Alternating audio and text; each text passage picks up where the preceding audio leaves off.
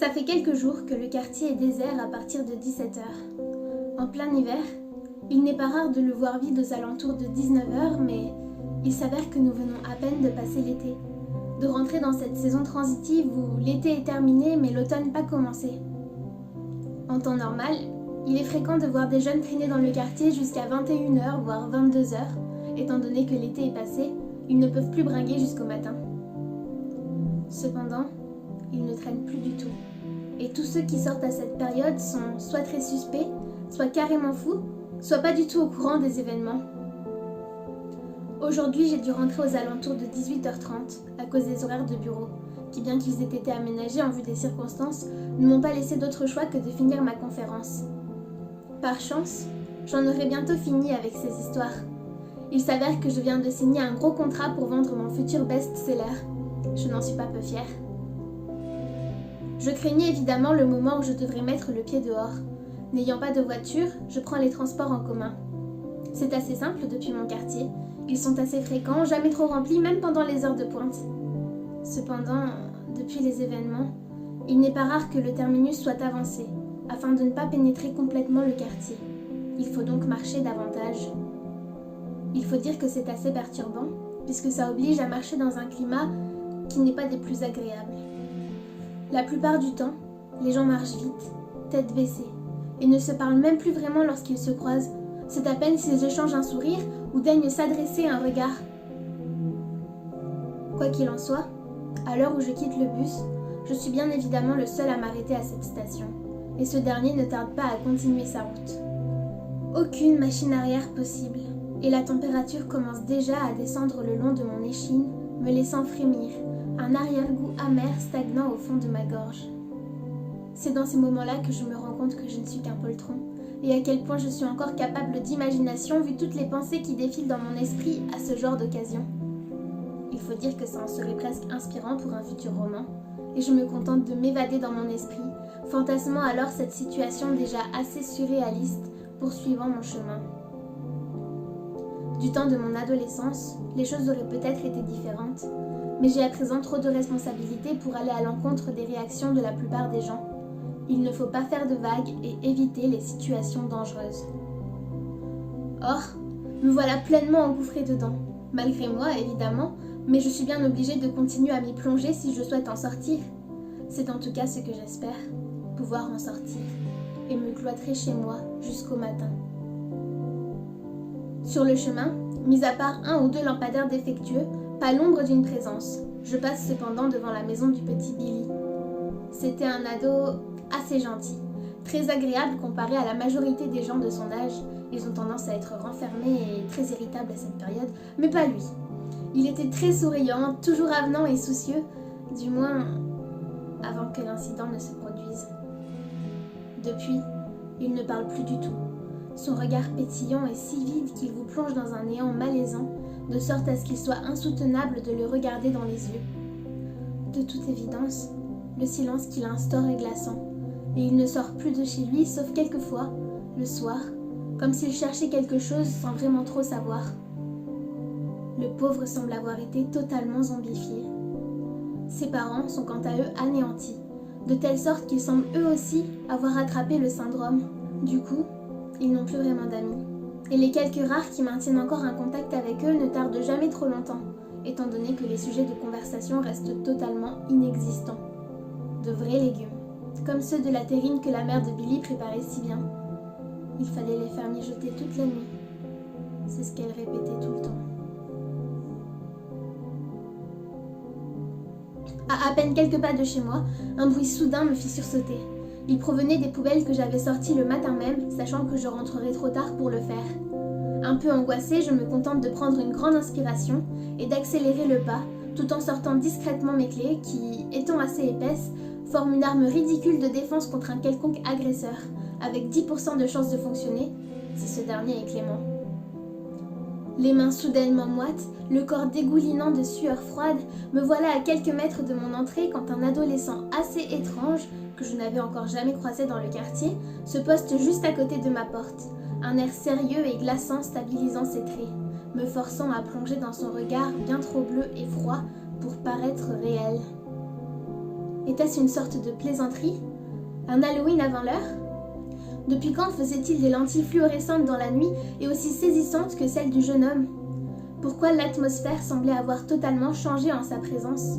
Et comment se faisait-il que je puisse ressentir une inertie telle que je n'en avais jamais vécue au simple contact de son regard inexpressif? La voix trop faible pour pouvoir le questionner, jouer aux faux innocents, je me contente de reculer, le cœur battant la chamade, pensant à rentrer par la porte de derrière. Mais ce dernier se déplace bien plus vite que moi, si vite que j'ai à peine le temps de comprendre qu'il a déjà bougé, que je sens sa main appuyer mon épaule. Je me retourne, tétanisée, n'ayant que brièvement le temps de sentir son sourire me glacer le sang. Je me mets alors à hurler, très fort, le plus fort que je n'ai jamais émis, ma voix reprenant soudainement toute son ampleur, et plus encore. Serait-ce ce genre de miracle où une soudaine force vous regagne alors que vous perdez pied? De toute évidence, même si mon corps est paralysé, je parviens à l'articuler juste assez pour me précipiter vers ma maison et barrer la porte au plus vite. Je vérifie ensuite celle de derrière, ferme bien tous les volets de toutes les fenêtres qui en possèdent et pars me terrer dans ma cuisine, m'affalant sur mon frigo, essayant tant bien que mal de garder mon calme, même si je sais pertinemment la chose impensable.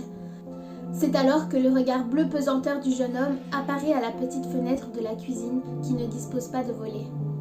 Mon visage commence doucement à se décomposer alors que j'entends frapper à la porte. Pourtant, ce n'est pas l'homme étrange qui se tient face à moi depuis le hublot de la cuisine.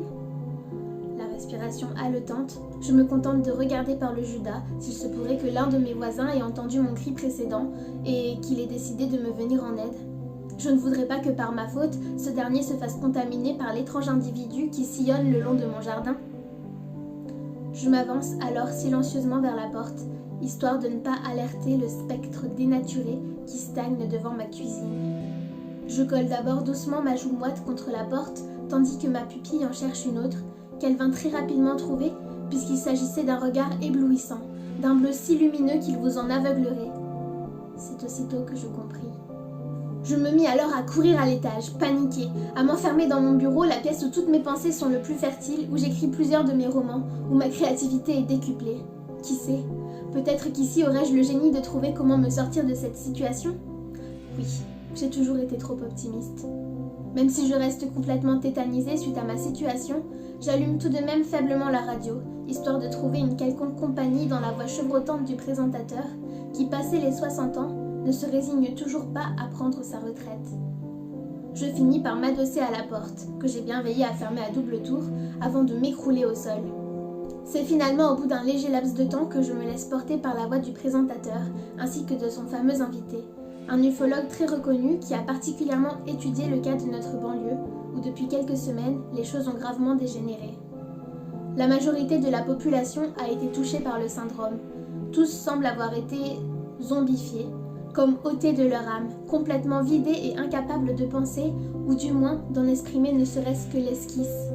Ce phénomène, bien qu'interpellant de nombreuses études, n'a pour le moment pas encore abouti à une quelconque explication scientifique.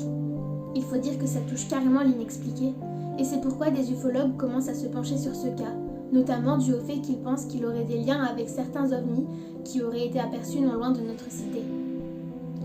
Personnellement, je ne sais pas quoi en penser. Je sais simplement ce que je vois. Je suis le témoin de ces phénomènes étranges d'extinction humaine et spirituelle. La cause, comme pour la plupart des gens, je n'en ai aucune idée. Je suis incapable de la théoriser d'une quelconque façon. Mais c'est alors que la révélation prend comme toute son évidence aux alentours de 21h40. Ces mystérieux épisodes d'amnésie auprès de la population seraient enclenchés par une espèce alien dont les ufologues auraient déjà quelques empreintes.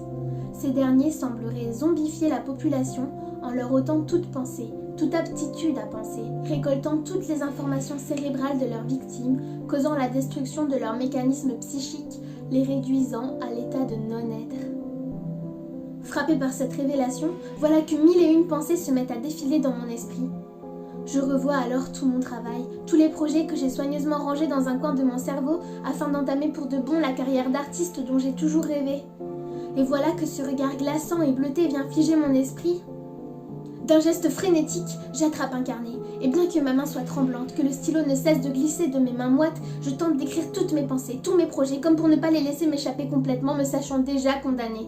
Mon écriture est très certainement illisible et la folie a déjà envahi mon esprit, si bien que je continue d'écrire sans même prendre le temps de respirer, sans même espacer mes mots, mes phrases, je noircis les pages de mon carnet quand soudain la fenêtre se casse. Mes larmes s'entremêlent au coude de ma sueur, tandis qu'un rire hystérique me pousse à la frénésie. Des ombres blanches, lucifériennes, rôdent désormais devant ma porte.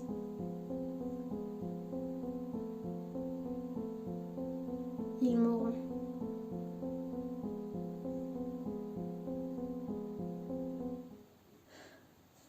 Voilà, donc j'espère que la vidéo vous a plu. Comme d'habitude, n'hésitez surtout pas à me dire en commentaire ce que vous en avez pensé et à me donner des idées pour une prochaine vidéo. Merci.